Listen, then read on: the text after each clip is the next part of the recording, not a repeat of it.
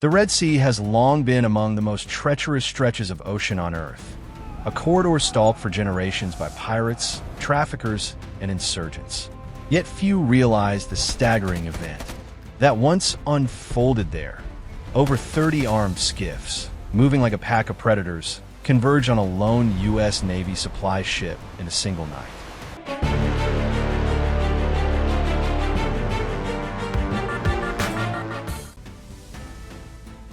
30 versus 1, a massive vessel laden with jet waters.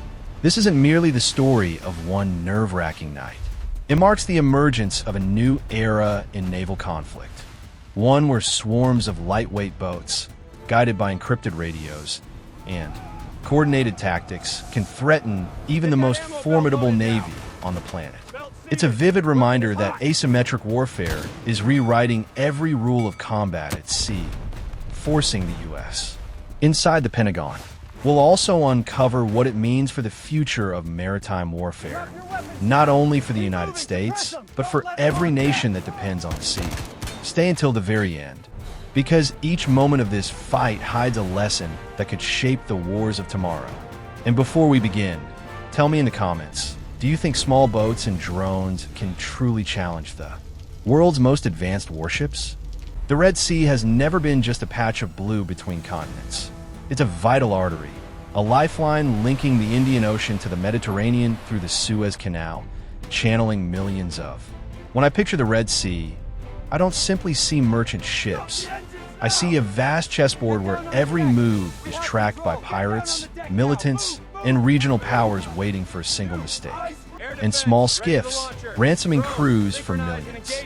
Later, Yemen's Houthi rebels entered the stage, equipped with missiles and drones, targeting both Saudi and American vessels. Add the silent but constant shadow of Iranian influence, and you begin to understand why the Red Sea is not merely dangerous. It's combustible, where local conflicts collide head-on with global ambitions.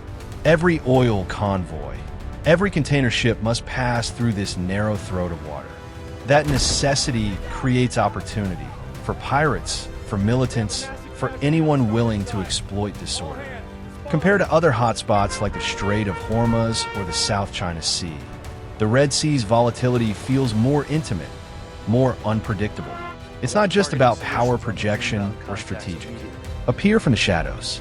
History has already whispered its warnings. Back in October 2000, a small craft packed with explosives struck the USS Cole while she was refueling in Aden. They rang in every sailor's gut, because in the Red Sea, peril doesn't arrive in the form of aircraft carriers or submarines. It slips in quietly, disguised as harmless fishing boats, appearing without warning, often in packs, and usually in the dead of night. And that brings us to the next chapter of this story. The U.S. Navy's silent workhorse, a logistical vessel suddenly.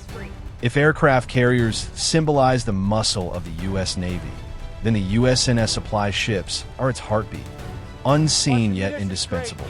They don't carry jets or cruise missiles.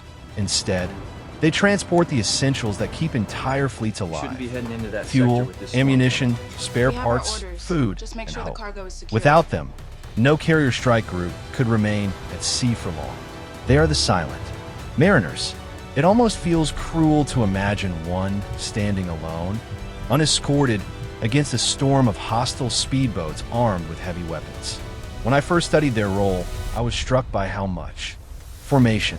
Starve a fleet of fuel or ammunition, and you paralyze its power. No missiles, no patrols, no deterrence. We've seen this principle play out before. During World War II, the Battle of the Atlantic wasn't about grand duels between massive battleships. It was about German U-boats silently cutting off Allied convoys, choking Britain's supply lines, and bringing the island nation to the brink of collapse. The lesson, then, is identical now. Logistics win wars. The side that keeps its ships supplied wins, and the one that fails falls. That same nightmare still. Them, but the sea is unpredictable. In storms, under low visibility, or during brief separations, even the most protected ship can suddenly find itself utterly alone. And in a region like the Red Sea, entirely. Now, we descend into the heart of that chaos. When small, fast boats moved as one living weapon, and the meaning of hybrid naval warfare revealed itself in the glow of tracer fire. When people imagine naval battles, they usually picture grand armadas, destroyers and aircraft carriers firing missiles across vast oceans. But the reality of modern warfare is far grittier, far more unpredictable. Sometimes the deadliest adversary on the sea isn't a billion-dollar warship, but a small boat no larger than a fishing vessel, powered by a cheap engine, armed with improvised weapons, and guided by human desperation. These tiny attack crafts, sleek and swift, appear almost harmless until they move in unison. Once fitted with heavy machine guns, that turned the sea into a trap. And across the Black Sea, Ukraine has rewritten naval warfare with unmanned surface drones, essentially high-speed, remote-controlled speedboats capable of crippling Russian ships inside their own harbors. What chills me most is the economics of it all. A U.S. destroyer like the USS Mason cost billions to build and millions each week to operate. A swarm of hostile skiffs? Maybe a few $1,000s apiece. But together, they can force even the most advanced warship into defense. This is asymmetric warfare in its purest form.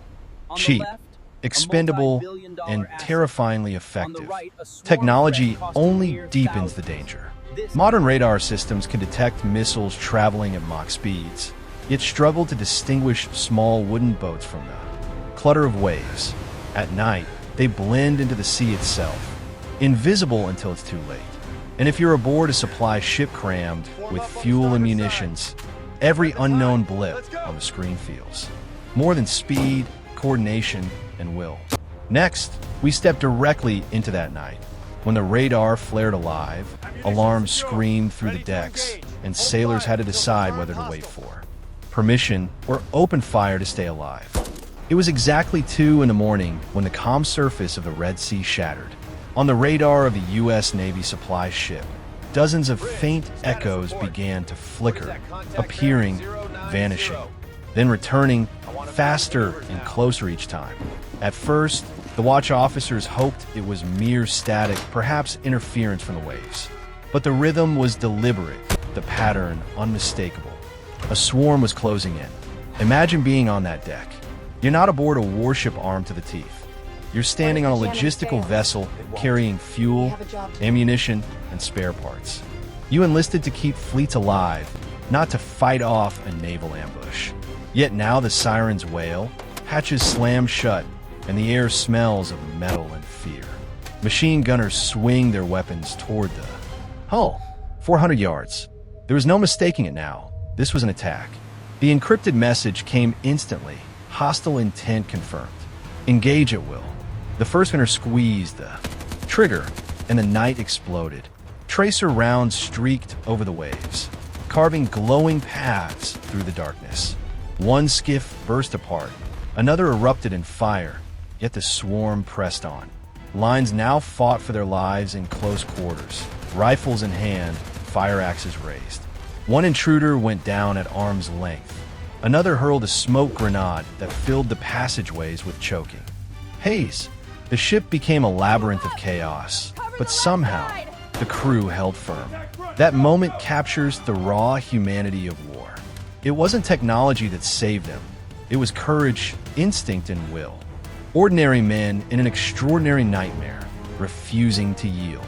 And just as exhaustion began to set in, hope appeared on the horizon. A new radar signature racing toward them. USS Mason.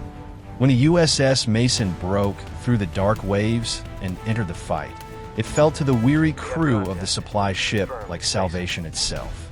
After endless minutes of chaos and gunfire, that radar signature on the horizon was more than a friendly contact. It was a lifeline. In naval warfare, hope reinforced by firepower can turn despair into dominance. The Mason, and guns into one synchronized web that can track and destroy hundreds of threats at once. The moment it arrived, the calm professionalism of its crew transformed the battlefield. Within minutes, Mason's 5-inch guns thundered, lighting up the sea like dawn. Surface-to-air missiles launched into the black sky, intercepting potential threats before they neared the formation. Small drones took flight from the deck, providing commanders a god's-eye view of every movement below. The swarm that had encircled the supply ship suddenly found itself trapped in a deadly ship's targeting systems, forming a shared network that allowed both vessels to fight as one. It wasn't brute strength that shattered the attack. It was unity, speed, and communication. This was the Navy's future, ships acting not as isolated warriors, but as interconnected shields. When the smoke cleared, the waters calmed. Wreckage drifted across the gentle swells. The supply ship, scarred but afloat, stood as proof that training, discipline, and technology could turn a massacre into a miracle. Yet, even amid victory, a deeper lesson lingered. This was only one battle in a changing era, a glimpse of how naval warfare was evolving beyond recognition. The Mason's triumph was not the end, but the warning. For the first time in decades, faced not another navy, but an enemy made of speed, chaos, and unpredictability. Cheap, fast, and disposable craft proved they could challenge billion-dollar destroyers, rewriting the logic of power at sea. Think about that for a moment. If small boats that cost less than a family car can endanger ships representing the pride of superpowers, then dominance on them. In the Black Sea, unmanned drones strike with surgical precision. In the Persian Gulf, Iran's fast attack craft turn calm waters into traps.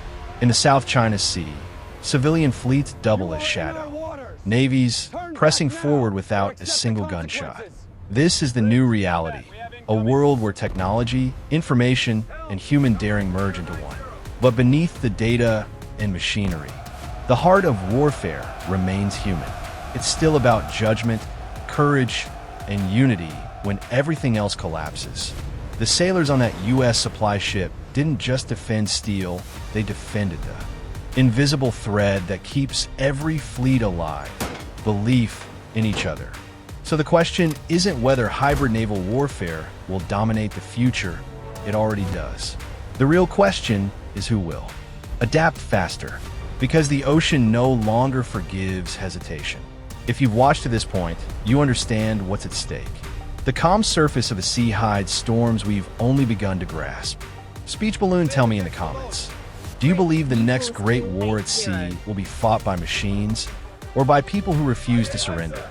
Thumbs up like this video, bell subscribe for more untold military stories, and share it with those who still believe courage can outlast chaos.